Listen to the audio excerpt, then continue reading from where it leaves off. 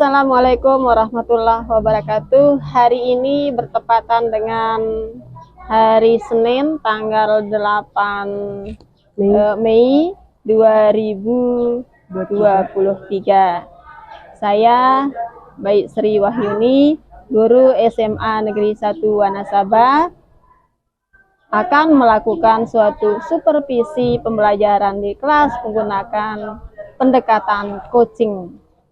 Nah, pada hari ini saya bersama Ibu Yuli Larasati, guru matematika wajib di kelas 10 IPS.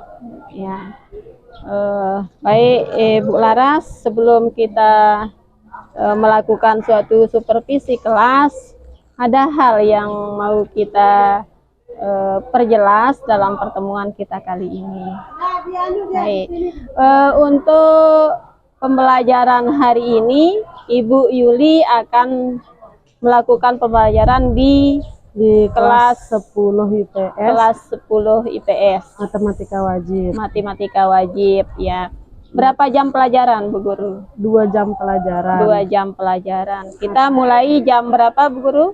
Nah, kita mulai jam 7.08, jam 1 kurang 15 sampai jam 2.15. Ya, berarti kita kurang lebih 90 menit ya, Bu Guru ya. Menit. Ya.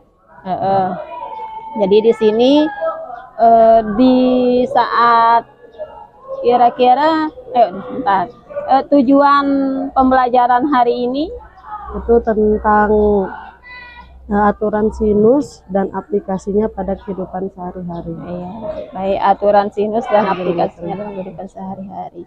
Kira-kira apa yang Ibu Guru mau kembangkan dalam pembelajaran di kelas? Yang di sini menggunakan membagi mereka menjadi kelompok, kemudian menyuruh mereka mengerjakan LKPD di kertas manila untuk dipresentasikan, tapi presentasinya tidak diam satu yang presentasi di depan. Itu mereka harus mempunyai stand masing-masing setiap kelompok, dan nanti anggota kelompok yang lain itu yang belajar ke standnya mereka gitu. Jadi tidak ada yang diam di mejanya. Jadinya untuk menghindari yang tadi, untuk menghindari mereka tidur atau mereka main HP seperti itu. Jadi biar mereka pada bergerak semua gitu. Jadi fokus pengembangan Ibu Laras itu biar media pembelajaran. Di media pembelajaran. Bagaimana kira-kira teknik yang Ibu Laras lakukan ketika nanti pembelajaran?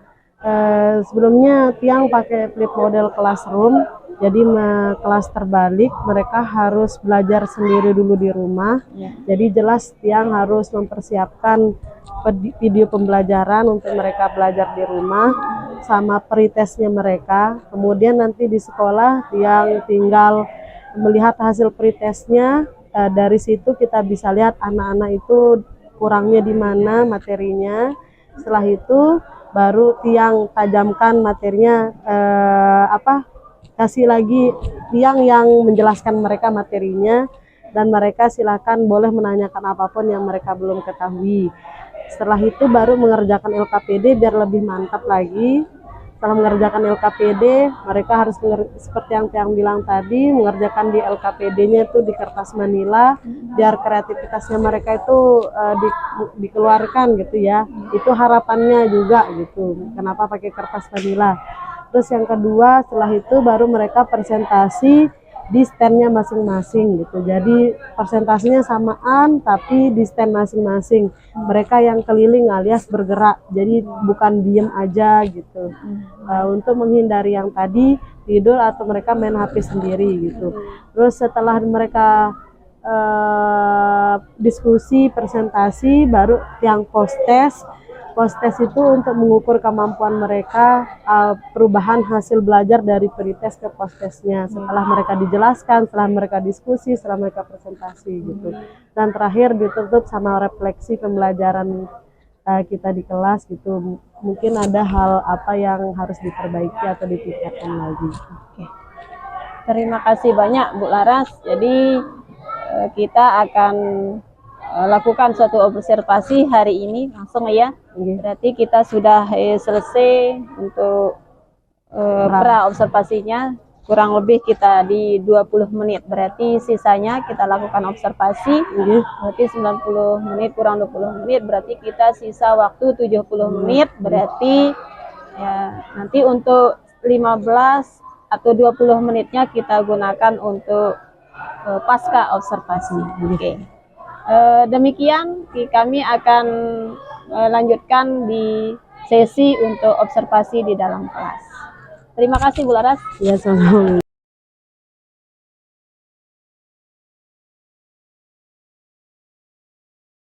Oke, assalamualaikum warahmatullahi wabarakatuh.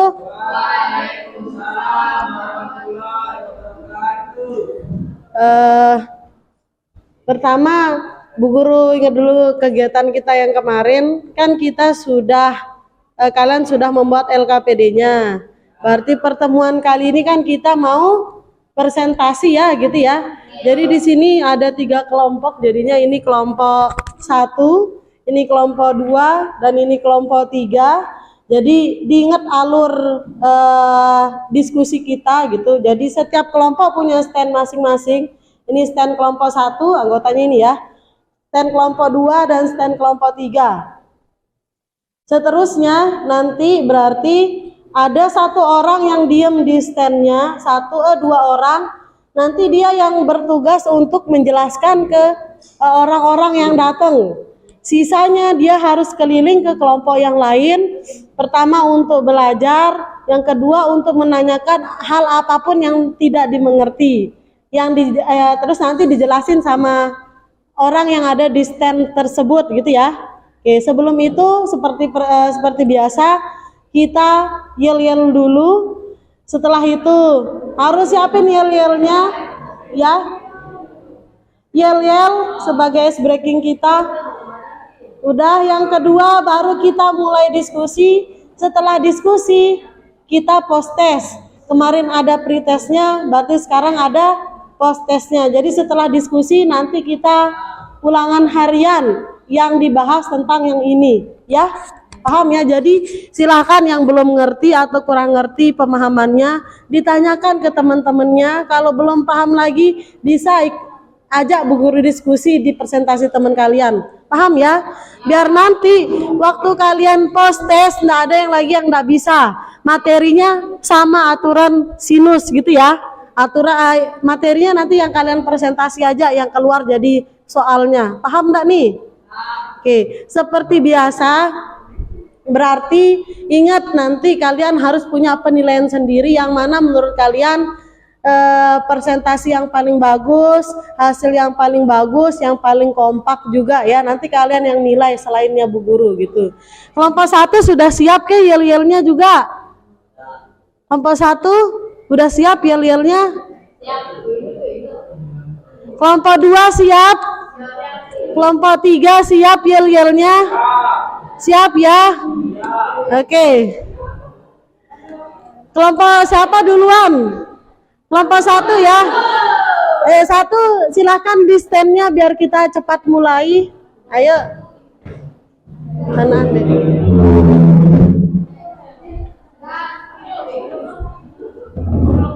Ayo kelompok 1. Langsung di standnya. 3 di sana, 3 di mana-mana hati 3. Di sini 3, di sana 3, di mana-mana kelompok 3. La la la la la la la la la la la la la la la la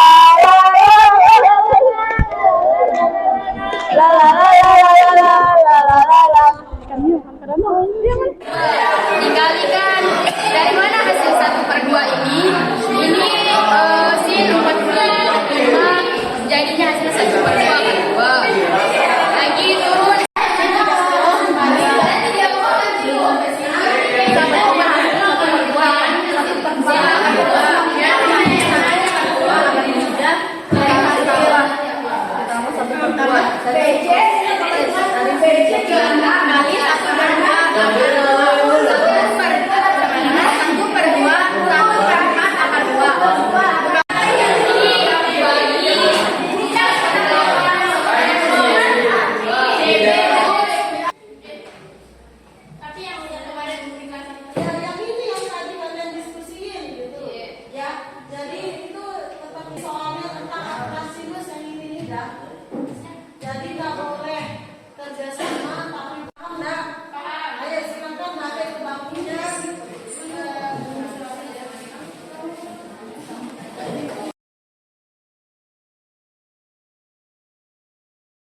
Baik, assalamualaikum warahmatullahi wabarakatuh.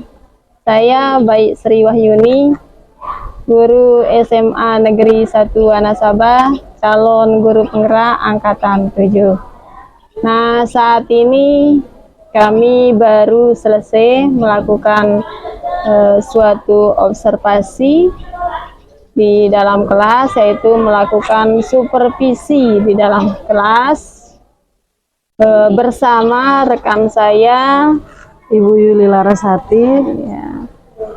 Beliau adalah guru matematika wajib di kelas 10 IPS ya. Oke. Kebetulan hari ini kami sudah selesai melakukan suatu observasi supervisi di dalam kelas menggunakan teknik coaching. Assalamualaikum warahmatullahi wabarakatuh. Waalaikumsalam. Laras, ya tadi kita sudah selesai melakukan suatu observasi supervisi di dalam kelas. Nah, bagaimana menurut Bu Laras berdasarkan rancangan pembelajaran yang Bu Guru Laras susun mengenai yang sudah kita bicarakan, itulah ke arah mana pengembangan yang Ibu Laras lakukan? Jadi kan tiang sebenarnya media ya, agar anak-anak itu difasilitasi cara belajar mereka karena lebih banyak kinestetiknya. Terus kalau tiang lihat mereka itu lebih bekerjanya mungkin lebih banyak ketimbang teori sebenarnya.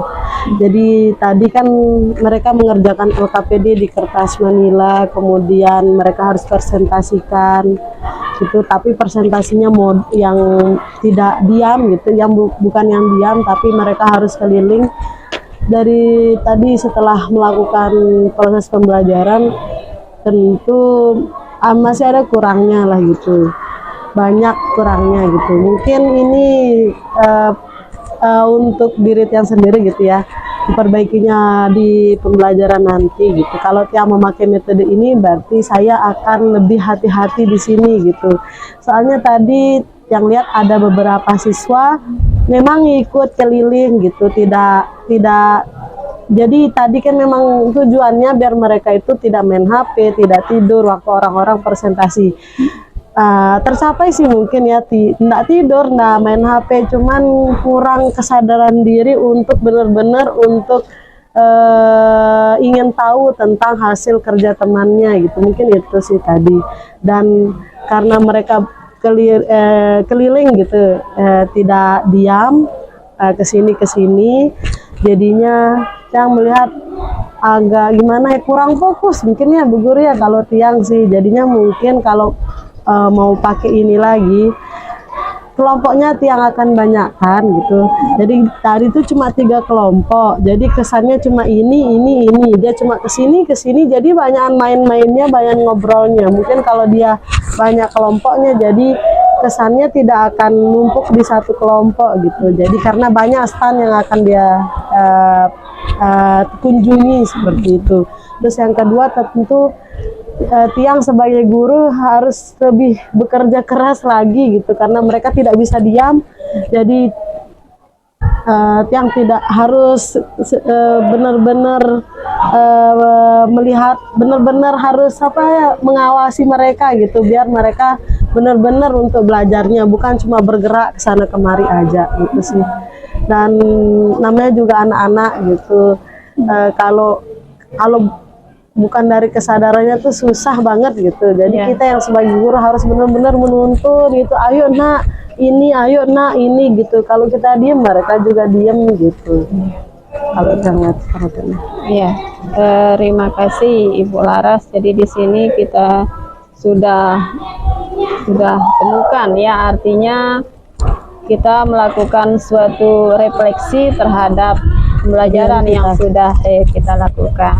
Laras sudah menemukan bagaimana kendala, kemudian untuk mengantisipasi untuk kedepannya seperti apa, yang pastinya menggunakan teknik yang sama, sama untuk antisipasi hal-hal yang tidak kita inginkan. Baik, kira-kira mungkin Bu Laras kalau boleh kita ingin menggali, kira-kira pembelajaran yang tadi kita sempat saksikan itu kira-kira berapa persen artinya persentase menurut Bu Laras keberhasilan pencapaiannya itu? Masih rendah sih ya, soalnya ekspektasi Tiang sih semuanya itu yang dihasilkan sama mereka itu bukan cuma tulisan di situ gitu, tapi benar-benar mungkin ada yang bisa gambar atau apa, tapi tetap aja mereka tidak mengeluarkan itu gitu. Itu yang pertama, dari tampilan presentasi mereka itu tidak tidak sesuai dengan harapan Tiang. Mungkin apa karena mereka tidak bisa menggambar atau apa, jadi rata-rata dia cuma menulis kembali tulisan yang dia kerjakan di buku ke kertas manila gitu, tidak ada tambahan seni atau apa gitu, cuma sedikit banget gitu. Jadi harapan Tiang sebenarnya warna-warni, terus penuh dengan gambar, ekspresi mereka gitu, itu yang pertama. Terus kemudian kalau ditanyain berapa persennya, mungkin baru berapa ya, Guru?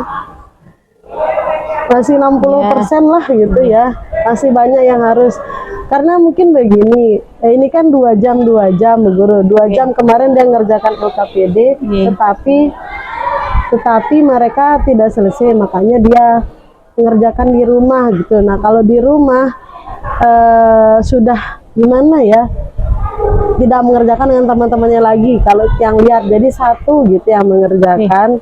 Terus kalau dia 4 jam full gitu, Tiang bisa memantau gitu, pasti Tiang akan suruh beragam dan cuma gitu doang gitu.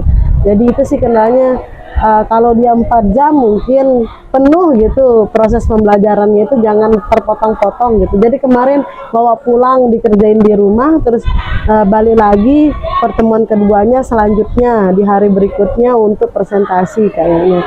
Tadi juga gitu, jadinya ulang kita dari awal, bahkan ada yang kelupaan membawakan gitu. Jadinya itu sih salah satu kendala kalau dia kepecah-pecah jam pelajarannya gitu.